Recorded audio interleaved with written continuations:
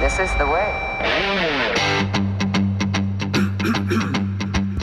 Yeah, mic check 1, 2. They see me rolling, they hating, patrolling, they trying to kiss me. Rum and nerdy, kiss me rum and nerdy, kiss me rum and nerdy, kiss me rum and nerdy, kiss me rum and nerdy. Not taking the hobbits to Isengard, not taking the hobbits to Isengard. Whenever I'm about to do something, I think, would an idiot do that? And if they would, I do not do that thing. You wanna play? I'll play. They hoping that they gon' kiss me rum and nerdy, kiss me rum and nerdy, kiss me rum and nerdy, kiss me rum and nerdy, kiss me rum and nerdy. This is the way. Ready program! Let's go! Hey everybody, welcome to Rum and Nerdy. I'm Greg. And I'm Garrick. This is episode 3.01. Season 3, baby. Oh my gosh. Yes, it is. That just hit you? It just hit me. Season 3, episode 1. I'm over here setting up the file, saving as, Season 3, archive all of Season 2. Getting everything ready for the next wave of rummy goodness. Well, much like 2023, we really need to hit the ground running. Yeah. Because it's really sad when we kind of did like celebrities we lost over 2022 episode on our wrap-up, and then 23 just hit the ground fucking running. Yeah. Well, there's that, and then there was a couple close calls. Yeah. Oh my God, yeah. Yeah.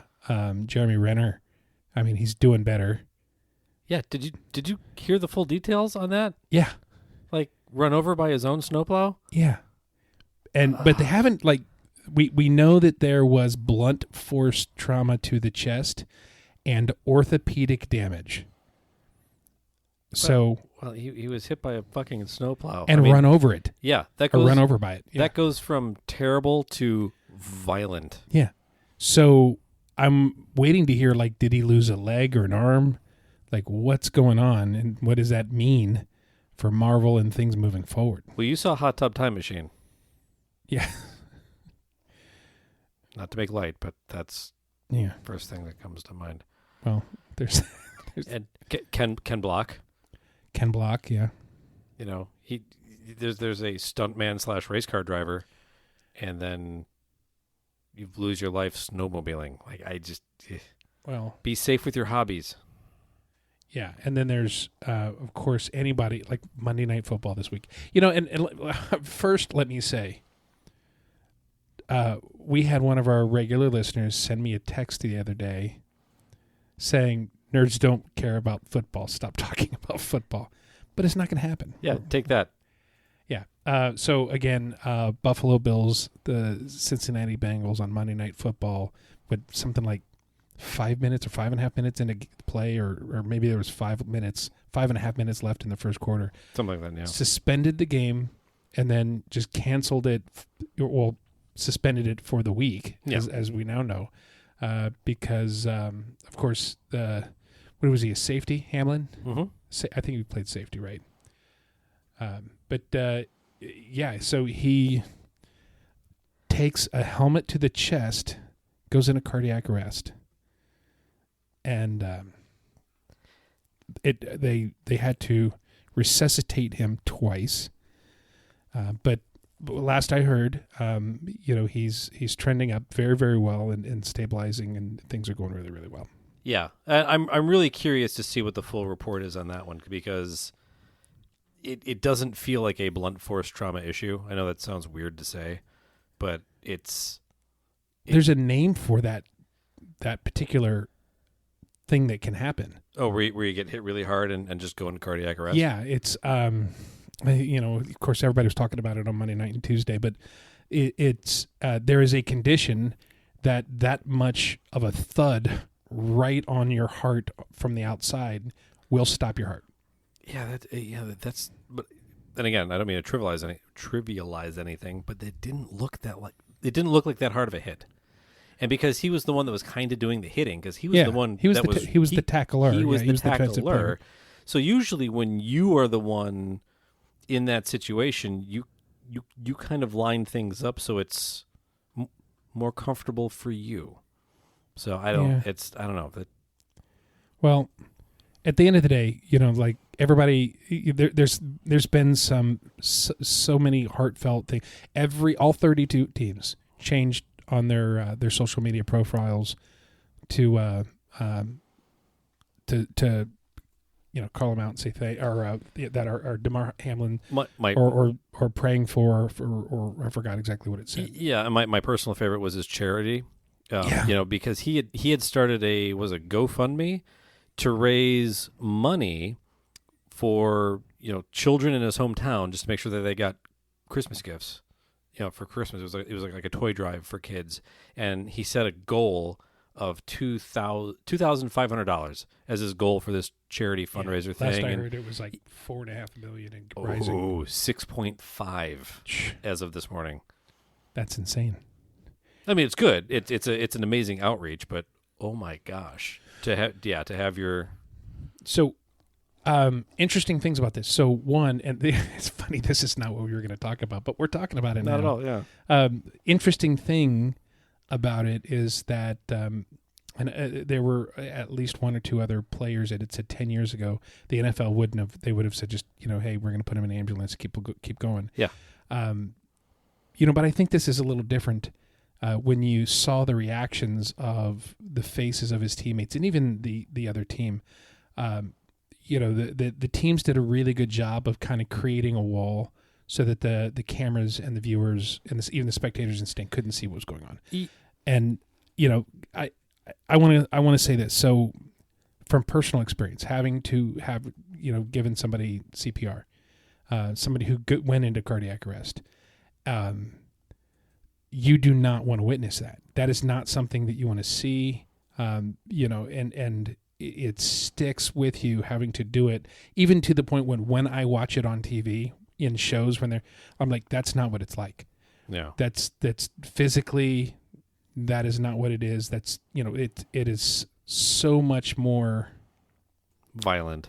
I was going to try and say aggressive, but it's different. So to see that going on in front of you with somebody that and then trying to carry on with that game. And it's, I don't want to say it's weird, but I don't think the NFL has these video production rules in place. But, in Formula One, whenever there's a bad crash, all the cameras turn away from the crash and they don't turn back to the scene of the accident at all until the driver's out, he's given the thumbs up.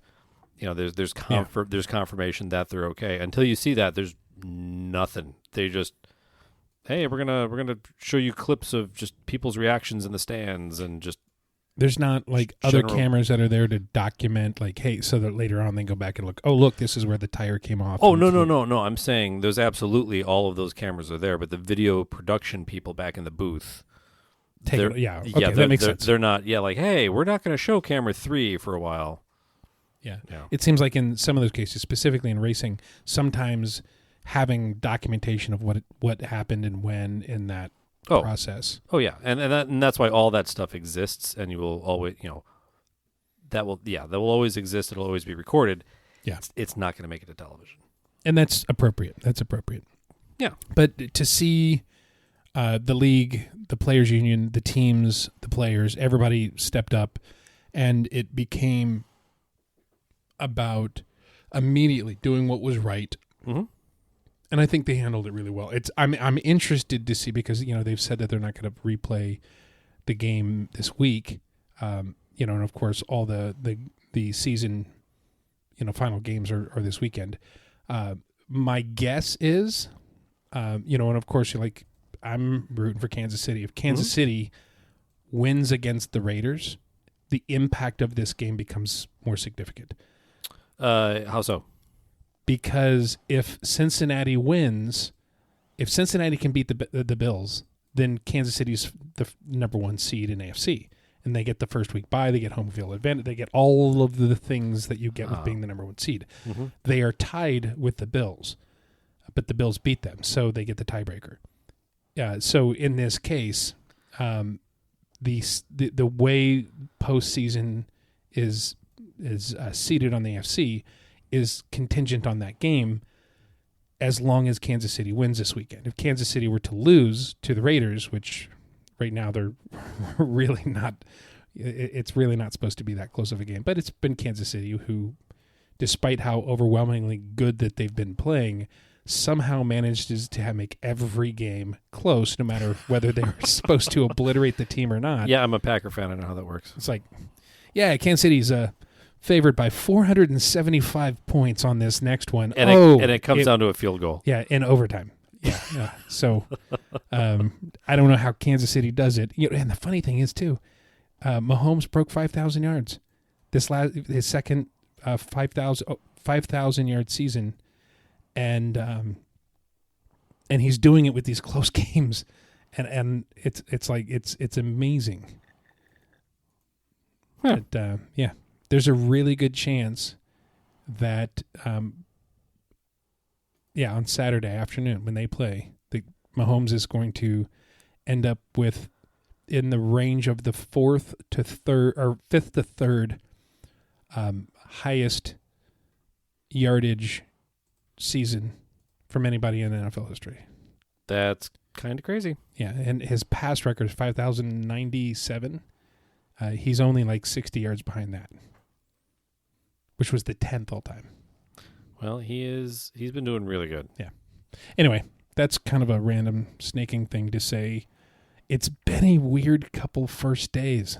Yeah. 2023 is already off to a fun start.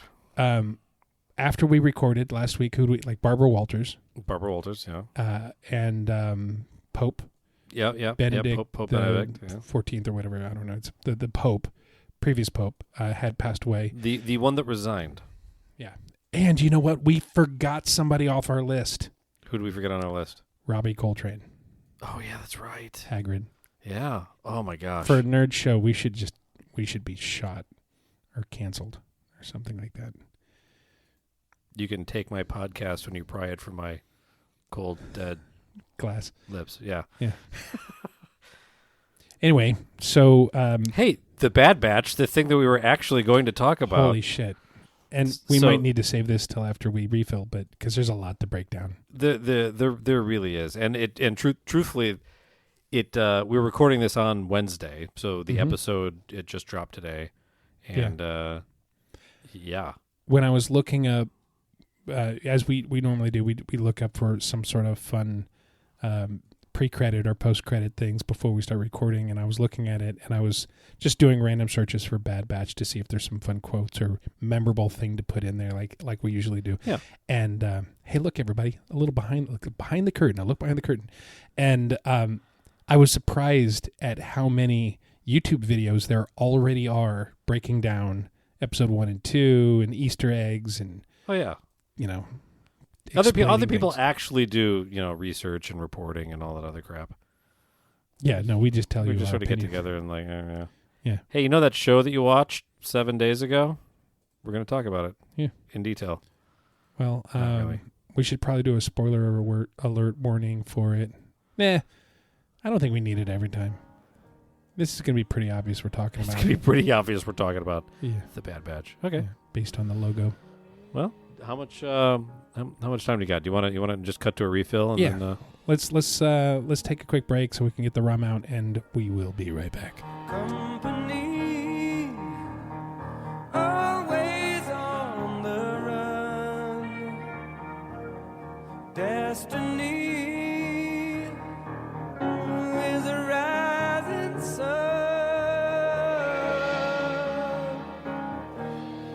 Oh, I was born, 6 gun in my hand. Behind a gun, I make my final stand. Hey, that's why they call me bad company, and I can't deny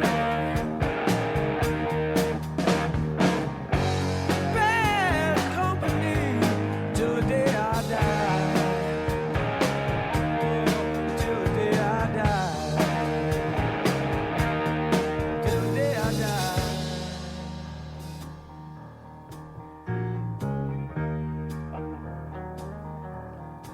Rebel scum. Perfect song for that, right? We're nerds. Yeah. As you pointed out when we were looking at the lyrics are perfect. Anyway, welcome back to the refill. This is a really good refill. We've kind of been holding on to this one since October. This was a Vegas purchase. Yeah. From Sate. And I think when we got back from Sate, we talked about the fact that I had bought these samplers, right? Mm-hmm. So this is from Lost Spirit.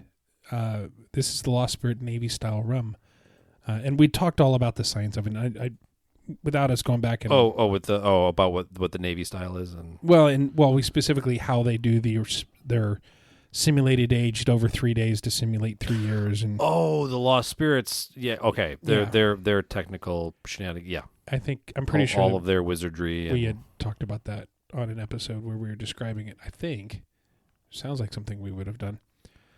Vaguely. But so they make 4 different versions of this.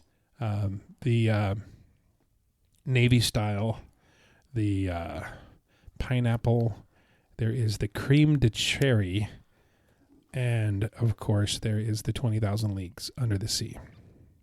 I really love the 20,000 Leagues Under the Sea. And the Navy style we didn't try because they didn't have that in the full bottles. They only had the little sampler that, this was the only size they had available. Well, I'm really intrigued because this was really good rum. I was disappointed when we were there because it's in Vegas, and I would have picked up a couple of bottles and drunk them back with me, and I just was not in a position with luggage to make to make that happen. And I was already muling liquor all over the country from my trip to Tennessee. Yeah. So these little 4 bottles, this is it. This is it. This is the last of it. But we'll get it go. So we've got 8 little shot glasses because there's 4, obviously. Yay, where do we start? Do we start with the sweet ones that we know are sweet, or do we end there? No, we have to end with what's the crazy powerful just Navy. That's the Navy. Yeah, that's last. Okay. Because anything you taste after that is just gonna be like, oh yeah, it feels like liquid while someone is screaming the name of a flavor in the room next door. This, these are pretty strong. But let's start with the cherry. Cherry's a solid one. Yeah. There you go. I'll hand that off to you. And normally, I'm not anticipating that the Fat Run Pirate or the rumhowlerblog.com or any of those. That's a cute little screw cap. Yeah. And with the label the fact that it's kind of like it's like half a fifth. Yeah. So it's like a tenth. It looks like a little with the old timey logo on the glass. It looks like an old timey elixir, something that we picked up at the drugstore. Yeah, and this isn't one of those microbrew. It's too small to hear anything. Yeah, there's no glug. There's none of that.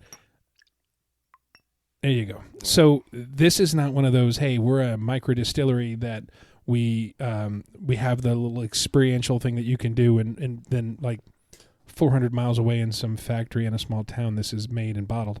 This is bottled at the facility. Distilled and bottled. Yeah, distilled and bottled at the facility there. And it's really nice. And they have the I can't remember what episode we talked about this on, but we should figure that out, look it up, add it and post. Hey, by the way, go check out this other episode because they had their crazy light aging orb cylinder thing that they would age the rum in. It kind of looked like the main energizer from the Enterprise, just this giant glowing orb of rum with all the lights blasting it for its aging thing. It was crazy as shit. But and when I was looking at it, the lights that they use, I'm like, hey, what kind of lights are those? Oh, it's proprietary. No, that's an ETC Source 4 pump. Yeah, it's basically just show production lights. Yeah. Yeah. I see your secret invention of that light that shows use around the world. Yeah, and I raise you. I have it in my garage. Right. Okay, so looking at this, so you did actually look it up. I am looking it up right now. So August, September, October, November. Oh, the episode. yeah. What the fuck are you looking? Oh, Okay, wow. So I think this is all the way back to November 11th, episode 2.28. We're back, baby, because then after that was IAPA. oh yeah. Crap. So yeah, So we we're finished up a we're couple balls around. yeah, We're so- going on so- for a while and get back in our groove. We talked about Andor, Rings of Power. We might not have talked about all that, but you know what? We'll assume we have because I remember telling the story. We'll assume that we have. Yeah. The aging process and the cool light cylinder thing. That's really the punchline to that whole story. And you know, there's probably a more entertaining YouTube video that will tell you all about it. That will do it better than us. Lost Spirits Distillery. Check it out. Yeah. So Las Vegas. It's a dinner and a show. It's a whole thing. in the meantime, I'm sitting here. I'm smelling this, and it's funny. You smell it's kind of like a rum mixed with cough syrup, right? It definitely smells.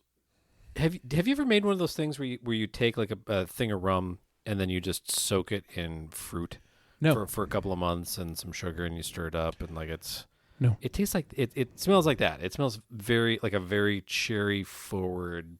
I don't want to say post sweetened, but it. yeah, and then you sip it, and it definitely has that NyQuil taste, the cherry NyQuil taste. This was my least favorite of them. I remember it differently after a day of drinking at a burlesque show. You know, yeah. At the same time, you know what? You know what? It's that second sip. It kind of changes after that second sip. But you know what? This was the one that I said tasted kind of like a port, like a cherry port. It does taste. It tastes like a really strong cherry port, but it has that thickness to it. Yeah. That cough syrupy thickness. This screams to be in like a tiki drink. You think? Maybe not tiki, just a This is a cocktail worthy drink. Rum. Cocktail worthy rum. It's not. I don't know if I'd put it down as a sipper. No. But No. I would old fashioned the shit out of this though. That might be interesting. Mm-hmm. That might be an interesting take on that.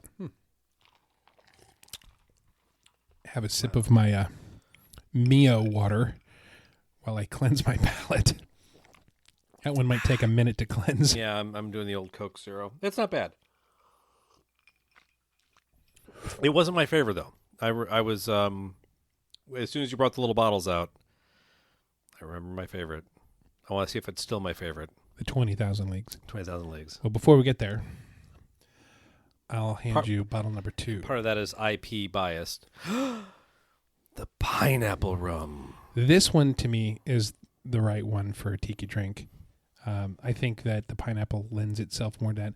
And one thing I'd say, too, and I'm going to say this to see if it holds true, but I'll say it before we do the tasting. I vaguely remember this being rare. I remember it pretty well because I remember when we were all tasting it, everybody was like, "This doesn't taste like pineapple," and I think it does, but I think it tastes like dehydrated toasted pineapple and not fresh pineapple. I remember you saying that, Specifically, and I agree with you. The toasted,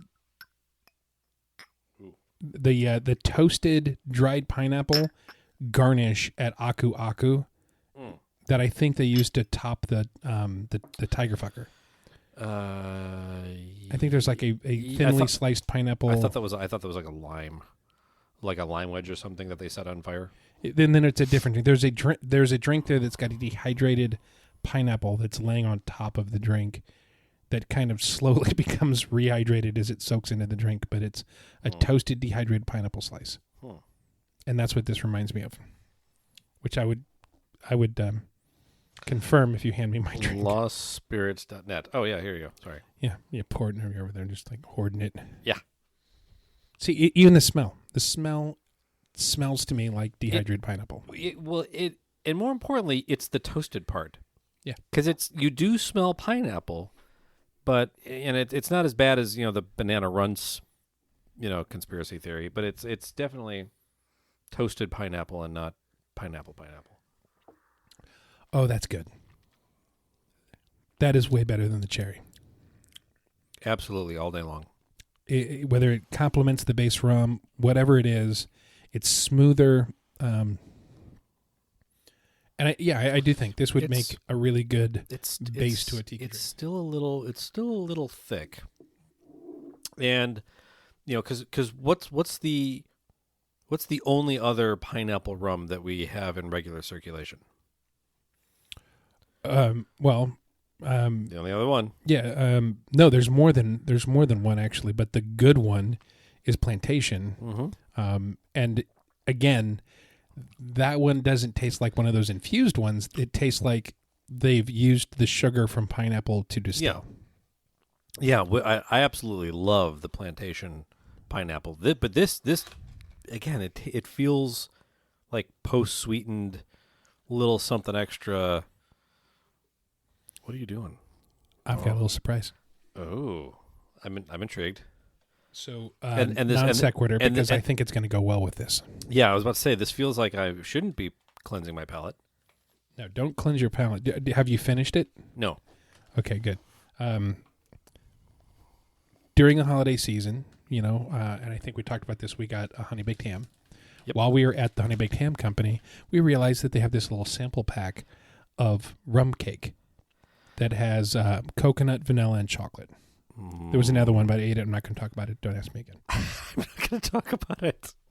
Okay. So this one is the coconut, which I think the coconut with this, I think I'm going to take a bite and then sip this because I think it's going to taste a little pina colada-y. Oh. Let's see what happens. I'm intrigued. You should have a fork over by you. I do have a fork. Yeah. Here you go. These are cute. Yeah, the mini bunt cakes. Okay. Bunt. Man, that tastes really good. Holy shit, this cake smells delicious. Ooh. Coconut. Now taking a sip. Oh, God. Pre-sip. Cake. That's good stuff. The cake's already, and I know people hate this word, but the cake's already pretty moist, right? Mm-hmm. I think that you drizzle this over the top of that and let that soak in. This is a dessert rum. Oh, yeah. This is like the Moscato of rum. Pass that bitch back over here. Hold on, I'm taking another piece of cake. Oh. This cake is stupid good. And we've got 2 more to try, so we don't have to get full. But I think this one is definitely going to go well with this rum. Oh, look, crumbs all over the desk. Here we go. You can't even talk over there. Oh my god, dude! The cake with the rum, the rum was pretty good, and I was trying to think of something to do with the rum, and then as soon as you pair it with that cake, the coconut rum cake, holy crap! That's the business right there. Mm. We're gonna have rate these cakes too. Wow. Okay, I'm gonna hand this back to you if you want it. Tastes Remember, we still have a vanilla and a chocolate. Yeah, straw. I know. Jesus. Whew. Golly. Man, that's high quality H2O. Oh, that tastes like what I imagined dessert at Jimmy Buffett's house being. Fair. Ooh. Okay. Delicious. Okay, what's next? I think the 20,000 Leagues, your favorite. Yeah. And what do you think when you're doing that? Should I bust out the vanilla? Yeah. Let's do the vanilla. So Lost Spirits, or we do the chocolate. 20,000 Leagues Under the Sea, heavy pot still rum.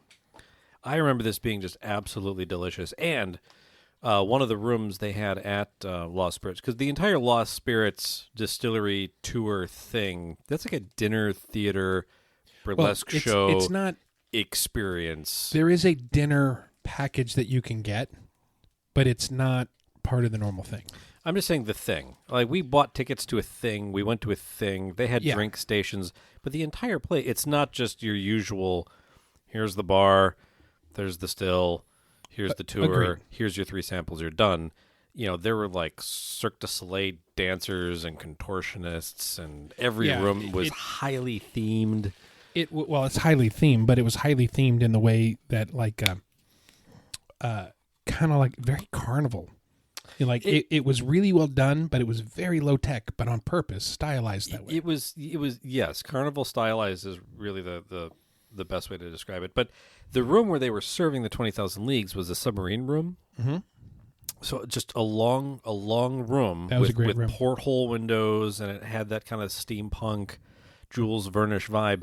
But then they had all the chandeliers were rocking back and forth like you were on a boat, and it was so well done.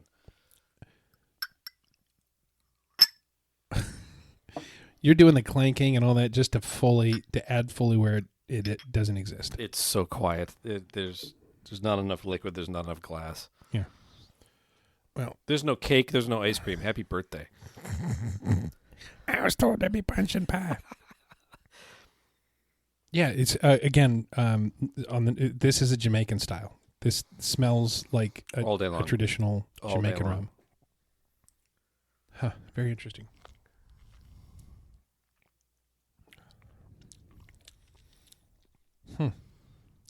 It's the most rummy of all the rums. Yeah, so far, yeah. This is they're not having all that infused post. Blah blah blah. Which I like. It's a very pure rum. It's a very pure rum. This is a dynamite rum. Now, does it taste like a rum that has been aged under a light bulb?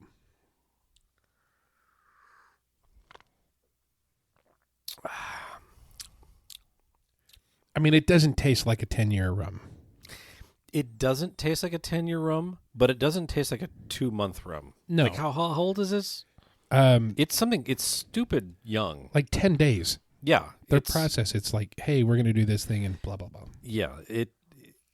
This definitely tastes like a rum that's older than my daughter. Oh, my God. This kick is so good. The vanilla.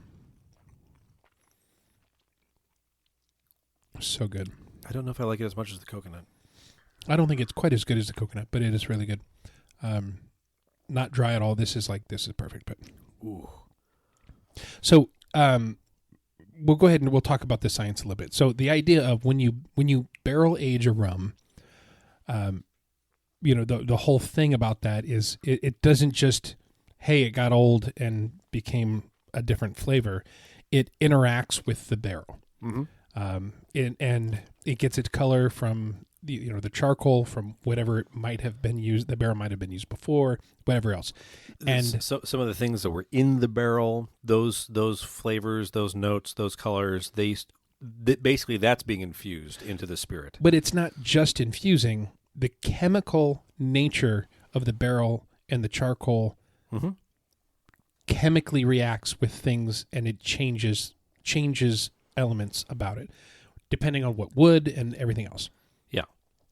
This really what they do is they have a big clear cylinder that they put chunks of this barrel in, and they hit it with lights to speed up this process. And the UV lights and and it simulates that. This doesn't taste like it's a pot stilled rum that's been bottled with some coloring, and it doesn't feel like, hey, we just soaked it in wood for 3 days. It does taste like that process has been achieved. It just, to me, it doesn't have the fullness or the smoothness of a proper aged rum. Yeah. They've done some of the chemical reactions without the age, but it's not the same. It's very impressive for what they're doing, for what it is. It is absolutely very, very impressive. But, if you were to throw it up against, a Facundo or something like that, there's it's no. And truthfully, I don't think anybody's expecting it to compare. But man alive. No, but it's an interesting thing. Yeah. It's this classification of rum that where they'll say it simulates a 10-year age. I don't subscribe to that, but I will say that they have done some interesting things to a rum to create something that is unique. They scienced the shit out of this rum. Pay attention, Elon. When you send people to Mars, and they're going to need rum, This is one way to do that. This is your Martian rum aging. That's what this is. And realistically, all you're really going to need in that process is to send like one of those bags of Applewood smoke chunks that you'd get at like Outdoor World or something like Tractor that. Supply or something. Yeah, like, hey, I was going to smoke something, but let's send it to Mars just in case they want to make some rum. Not what I would have done with my wood chunks. I'd used them on the smoker. But I'm weird like that. Okay, Yeah. I'm over here prepping the last of the bun cake, the rum cake, chocolate, and now And I think this next one is going to need the chocolate. it might. This is going to be a pretty strong one. This is the naval style. I'll let you do your thing. Now, I remember this one being. Does it say the proof on it? I remember it being a little higher, but I don't remember what it was. Or maybe in my head it was 61%. It's 122 proof. Mm-hmm. That's an overproof for sure. What's the 'Cause- official 'cause- threshold for an overproof? Isn't it like 100 proof? 100, I think it's 100, which is, I think, naval, right? Naval proof is 100 and above. I don't remember. These feel like basic rum facts that we should probably know. Well, we don't. It's not really the area that we focus in. This is going to be on the rum test later. Yeah. that rum, Sifu, and Obi rum are going to fail. You're not a certified rumologist. No, I'm not. State, But I know what I like. State Damn licensed it. rum sommelier. Didn't we say it was a rumule? Rumule? Rum. I don't know. So, nose in this. I don't know. Let me cleanse my palate a bit more because it just smells the same. It just, I smell nothing. Okay. It doesn't have a lot of smell. It's actually smells pretty smooth. Especially for an overproof. There's not a lot of alcohol smell there. There's none.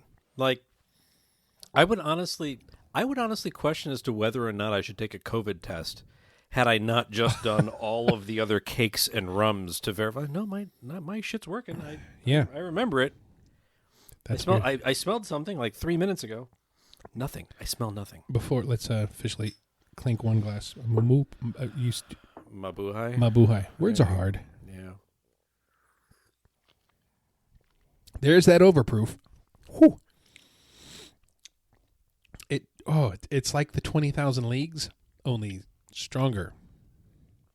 Yes. I get all the same notes, not in the same order. No, but it's less sugary. Like it's thinner. Like it doesn't have that syrupy consistency. I'm going to say an asshole thing. Do it. I can taste the tree bark. It tastes like this has been aged in mulch. Not regular mulch. This is like the really good stuff at like the resorts. I'd call it earthy. Yeah, that would be a polite way to say that. Wow, yeah, I do get the mulch. That's a very distinct yet accurate description. I'm not wincing though. It's not. I don't. Oh, Yeah, for me, it's all flavor. There's zero burn. I'm getting a little bit of burn, but it's mostly I don't like that flavor at all. Maybe a little bit in the mouth, none in the throat. It's not burning at all. This is It's making my nose run. This is some rum. This is some amount of just generic rum. This is. How interesting. What's the price point on this? In the event that you're in the greater Las Vegas area. Honestly, I don't remember. It's been months ago. And if you remember, the one thing we probably would remember, that was an exhausting trip. Yeah. Which was sandwiched in between two other exhausting trips. Yeah, that was the Oreo filling and a cookie that was exhausting. This is not a bad overproof, though.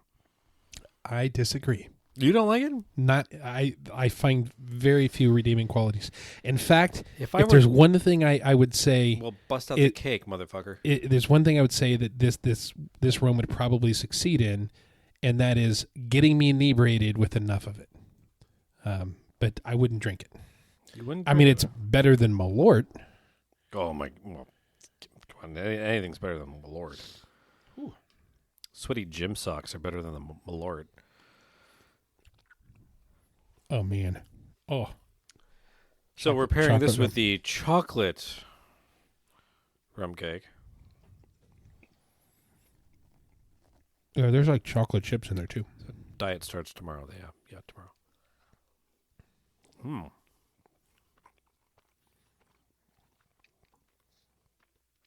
That's a strong second. It's a good cake, but I don't know if there's enough of the rum flavor to really it's just to really capitalize on the fact that you have the cake. Yeah, this is good stuff though. Very sweet. The first one, the coconut rum cake with the pineapple rum, was a dynamite freaking pairing. Like, I would serve that to people at brunch. Just straight up. Like, here you go. Here's your... With a little bit of that pineapple rum drizzle over it. Yeah. Absolutely. Who needs mimosas? Or drink the pineapple rum like it's a Moscato. You know, kind of dessert wine. That's the... Yeah. The neighborhood I would throw it in. Yeah, no, that's funny. That's fun. Holy crap. We should take another quick break and then actually talk about what the episode's about. Okay. We'll be right back. No future was there in London for a poor man's son like me. So I left my home and I went to seek my fortune on the sea. I signed aboard a merchant ship bound for the West Indies. And 6 weeks out we tacked into the winds of piracy. There were sails on the horizon and we tried to make a run. And when we saw that black flag, then our running it was done. And when those pirates boarded us, they told us one by one, you can die or join our crew, me boys. Time flies when you're having rum. Time flies when you're having rum, me boys. Time flies when you're having rum. When you're sailing under the black flag and you're firing all your guns. When you take a Spanish treasure ship, you divide by the rule of thumb. The voyage will be over soon enough. Time flies when you're having rum. Okay, everybody, welcome back. We're going to talk about the Bad Batch. You know, and I pull it up here on IMDb, and it's interesting because I'd never really thought about who does the voices for these. It's one guy that does like everyone. Yeah, D. Bradley Baker, under like the Bad Batch. He does all of them. That's kind of funny because he's the voice of the clones. Yeah. So it's kind of interesting too, though. Sid, that's the kind of the ringleader for the Odd Jobs. Mm-hmm.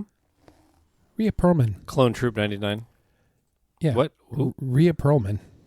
Oh yeah. Yeah, she voices that. That's crazy.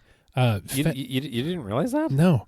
Fennec Shand, Ming-Na Wen. Yeah.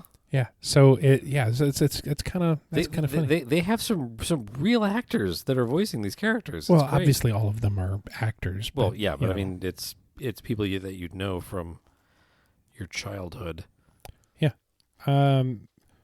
So yeah, that's pretty awesome.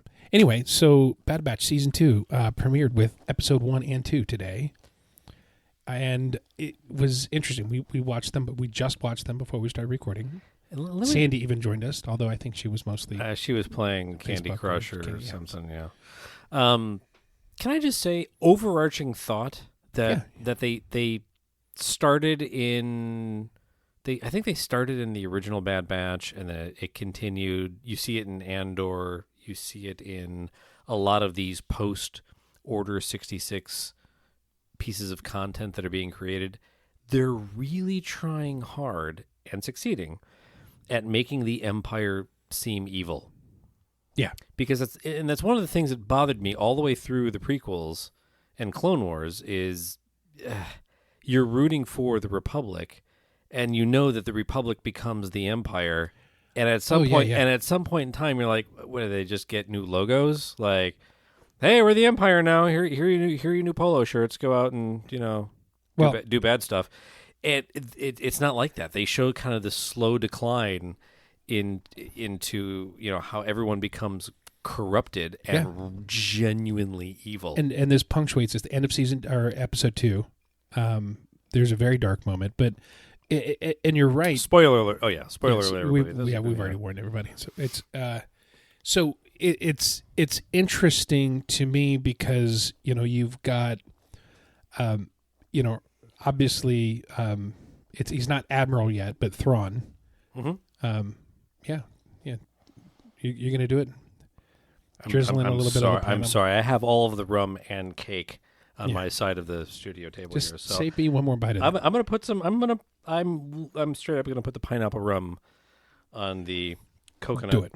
Rum cake. Yeah. While you're prepping the coconut rum cake with a little bit of rum, observation. Yeah. So a little bit, not a lot, a little bit of time has passed when this opens. Omega's doing some educational training, reading, learning about things, which eventually, foreshadowing. That's a nice look. I'm not getting any of that, am I? Oh, damn it! You're gonna get a little bit of this. Okay. Holy so, shit. It's that foreshadowing that she's learning about freighters and other ships and whatever, and of course it pays off by the end of the episode. I'm really looking forward to figuring out where she ends up. I all but guarantee we are going to see her in the Ahsoka series or, wherever things continue with Rebels. I think she's got to reappear somewhere, and it's going to be one of those jump off your couch moments when it's like, oh my god, that's Omega. That's what eventually happened with Omega. Yeah, I mean we know enough to know that from season 1 that Omega's existence was on purpose. There was a plan there. Mm-hmm. I don't think that they really kind of flushed it out. They have not. Yeah, other than the this was important. She has a plan and she's important. Yeah, those are like the only two things that. Yeah, what do you think? You agree with my cake decision? Yeah, I'm over here. Anyway, no, that's all we know, and I think I think she's gonna play a bigger role in Star Wars content moving forward. We're gonna see her in a movie. We're gonna see her in a live action series. It's going to happen. Yeah, because she's being set up as that level of character. I'm not saying the next Ahsoka, but no, I don't think it'll be an Ahsoka. But no. But I mean, as far as the universe is concerned, she's that level of importance. Yes, this was purposeful, and I hope that they kind of get back into that a little bit. The beginning, as I said, some time had passed between last season and this season. There was the assumption by the Empire that Unit 99 or whatever they're called is gone. Mm-hmm. They've effectively kind of disappeared, and they come back out and have exposed themselves as not necessarily the case. Mm-hmm. So it's interesting, where they're going to go from here for the rest of the season. Are they going to keep going down that being chased, or are they going to dive back in with what's going on with Omega? And not to mention the fact that at the end of last season, they're still down a man who has gone to the dark side. The dark side. Yeah, literally gone to the dark side. And is there going to be redemption for that? I don't think we're going to see redemption. I don't think we're going to see reconciliation. I don't think any of that's going to happen. And I agree, because I think they gave it that opportunity in season 1. Yeah. And he didn't take it. Yep. So, and truthfully, he may have weaseled his way out of the plot point. It's maybe. no longer about him hunting them, and now it's more on to, Omega and how she fits into the equation. Yeah. I'm saying he may reappear, but we'll see. And I think it still comes down to, I don't think that necessarily the Empire trusts him. What was his name? Deadeye or Bullseye or Deadeye or Bullseye? The sniper dude. Yeah, it was the sniper dude. I forgot his name. Oh, Greg forgot some of his name. Other than Wrecker, I think I just watched an episode and I forget most of there's like Wrecker and Shut-Eye. Like I don't Donner and Blitzen. Something like that. Yeah. As Greg goes to frantically look it up on the internet. We're prepared. We don't even know the name of the lead characters for the fucking show we're watching. Yeah, there's that. So, Clone Force 99 in Wikipedia. Wikipedia? Yeah, of course there is. What do we got here? Wikipedia, yeah. Members. Crosshair. Okay, so there's Crosshair, that was the Clone Sergeant Hunter. Crosshair, Tech, Slicer, Wrecker. Yeah, I think that's it. Yeah, there's 5 of them. So there you go. Hunter, Crosshair, Tech, Slicer, and Wrecker. Clone Troop 99. That's fun. It's a fun concept for a show, and I'm glad to see it's continuing. Interesting thing there. They introduced a character, an older gentleman. It was a native. Mm-hmm. I feel like we're not done with him. I feel like we are. You think? Yeah. Maybe. There's part of me is like he was family with Dooku or something. I feel like you think? Yeah, I feel like they're gonna. Oh, and you think that there is more of a significance to the... So, there's the face value, the older gentleman who survived the Clone Wars in the woods, because this is Dooku's home base planet. Yeah. But it was a separatist planet that is now an Empire-occupied planet. And the old guy, at face value, was trying to... I think his character was giving context to the fact that the clones still have this bias against the separatists and the separatist planets, when in reality they were fighting against the Republic, who is now the Empire, who now everybody else is fighting against. So once again, it's one of those weird, hey, you're rooting for the bad guys in these movies and you're rooting for the bad guys in those movies, but they're never the same person. So I don't know if he's there just literally to throw a wrench into the who are you rooting for works, or if there's a different element to that story. Yeah, I'm looking forward to kind of... I don't know. I think that they're... I think that we're set up that we can see that this is going to come back. Maybe not. I don't know. No. You don't think so? No, I don't. Okay. I think we're leaving the planet. He's an old guy in the woods, but when they rebuilt his data core, that could have been something used for greater evil, not just the history of his people. But who knows? We'll see. I think that data core is one of the reasons I think that there might be something there that's still coming. You think they spent too much time on it? Yep. And that whole kaleidoscope thing, like there's something there. I think that I feel like they're going to explore a little bit more, but we'll see.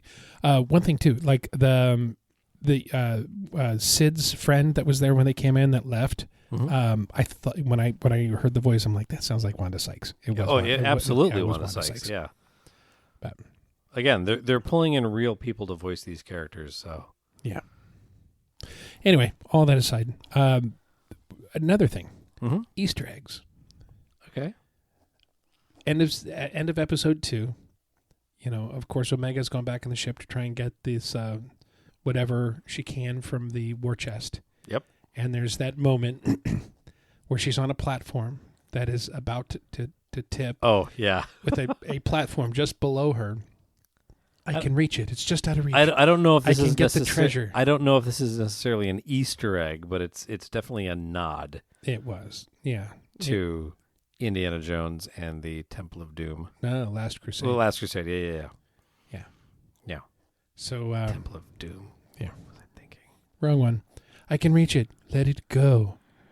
I it just kept Indiana? like Yeah. let it go, Omega Anna. I don't know how that We own works that out. franchise too. Yes. We own every franchise. Be thankful there's not a big rock chasing you. Yeah. No, absolutely. But it was, I don't know. It's going to start leading into her growth as a character. I think so. But also, I think I think what it's foreshadowing too is more of a sense of closeness between a sense of family between the Bad Batch and Omega, where they're going beyond people that are stuck together or a unit and becoming more of a family. Well, that's a pleasant way of looking at it. Well, at some point, they've got to look at it. The fact that it's them against the world. You know, is there ever going to be a point Them where against the galaxy. Well, you know what I'm saying. But, Yeah. you know, at some point, I think that they're going to have to come to terms with the fact that this isn't a day, hey, I'm going to do this for a while, and one day go, hey, I got another job offer in this other batch. You know, it's a The less other bad batch. The less So- bad, the good batch. Yeah. I don't think The mediocre batch. Yeah. That's like this group is forever tied together as they go and explore the galaxy and, you know, survive. I'm just genuinely curious to see how they, because this show is just after Order 66.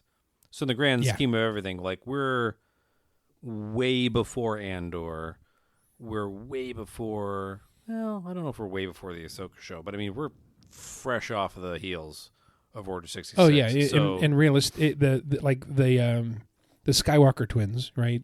Luke and Leia they are under a year old. under a year. Easy. Yeah. Yeah. Yeah. So truthfully we're before Kenobi, way before the Mandalorian. Like we're early on in that gap between episodes 3 and 4. There's a lot of things that can happen to those characters. You know, I think Oh yeah. because what Rex and his team of clones, like they didn't reappear until Rebels. Yeah. When they came back in with Ahsoka, and you know, which I think the last season of Clone Wars, they really kind of tied their story into Rebels, but still there's a massive space in there in between those two happenings. Yeah, probably about 15 years. Because we yeah. know Mandalorian takes place, I think it's 5 years before. No, Mandalorian. Mandalorian's yeah. after Jedi. Yeah, 5 years after. Yeah. Yeah.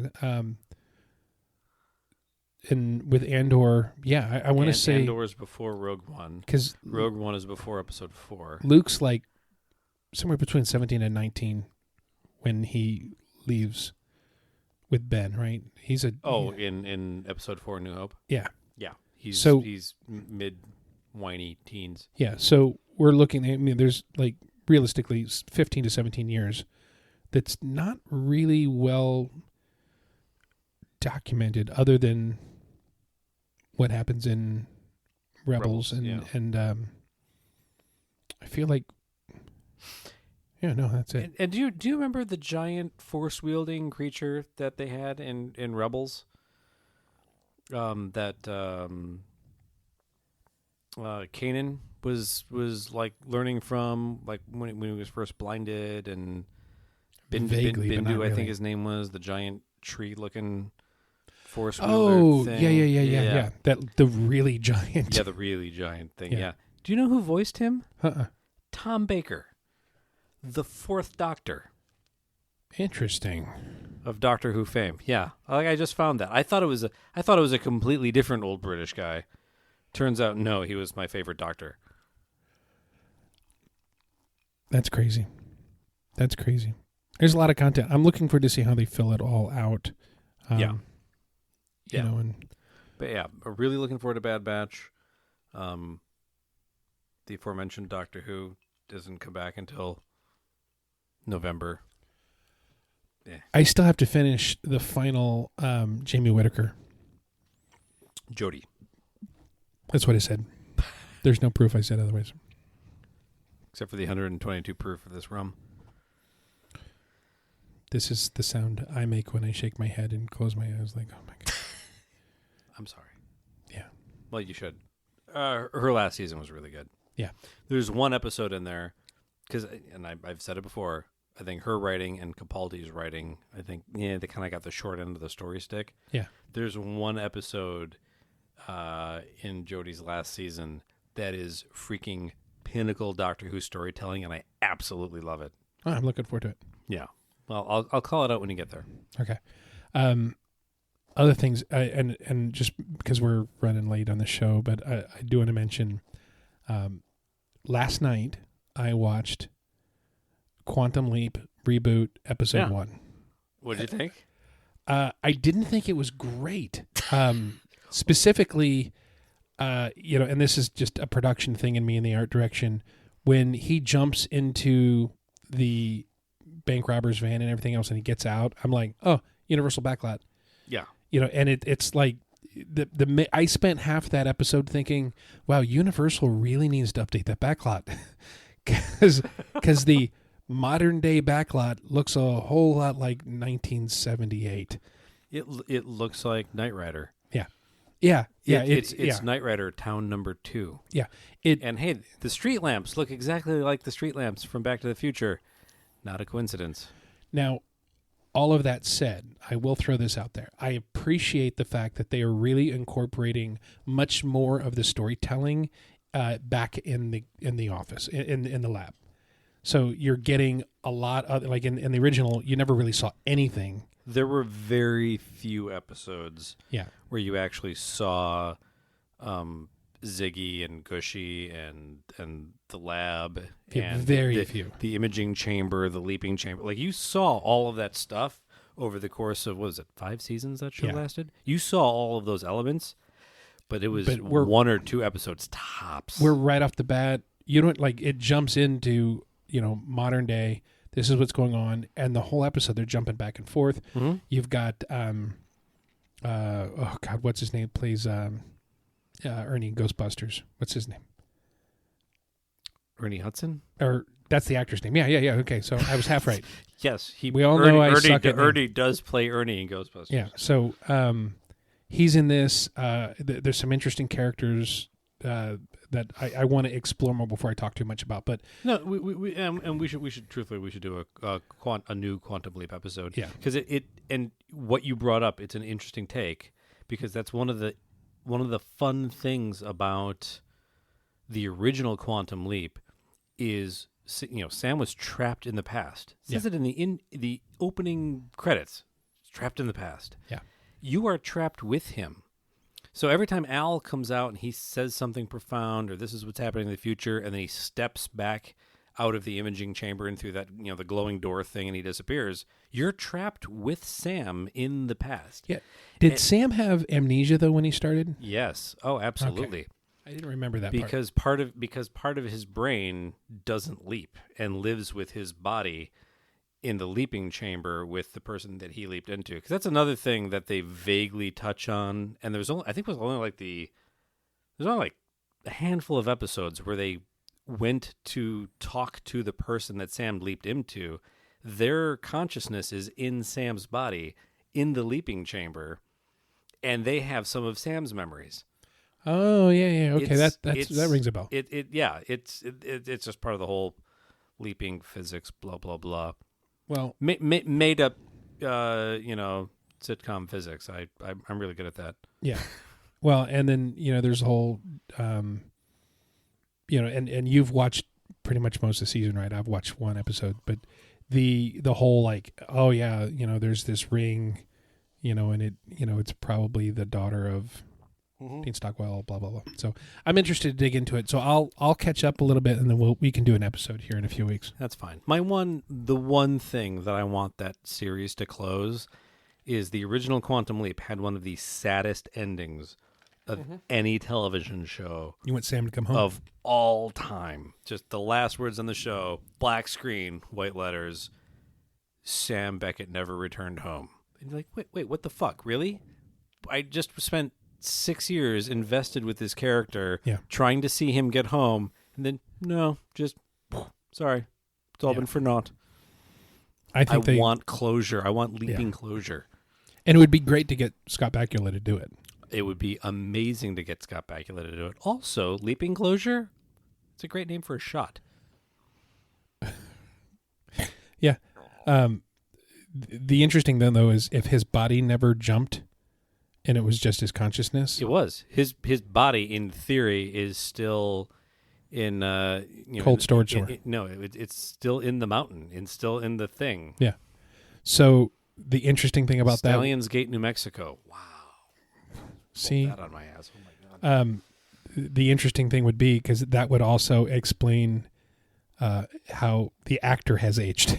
They could totally bring him back, and it's like, yeah, no, his body's aged. It's really that's what he looks like. Mm-hmm. So, anyway, it will to be explored more. To be explored more. Yeah. In the meantime, we'll start out with our shout out to our friend Dave Martin. DemoDavePro.com.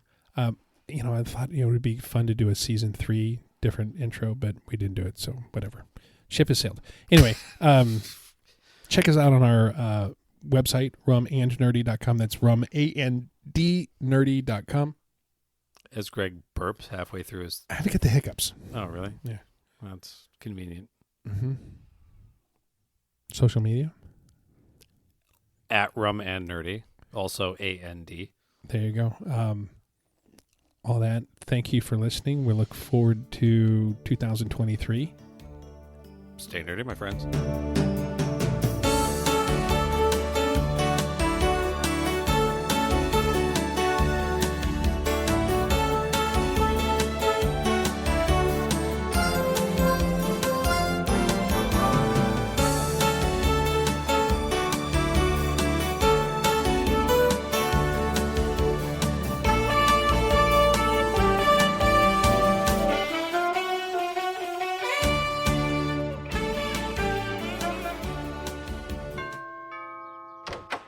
Hi, my name's Peter.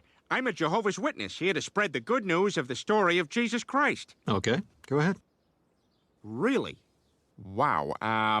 Boy, you're the first person who didn't slam the door on me.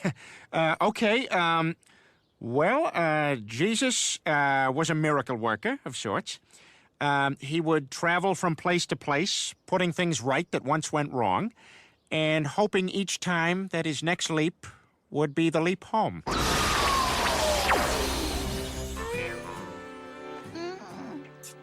What do you think you're doing with my wife? Oh, boy.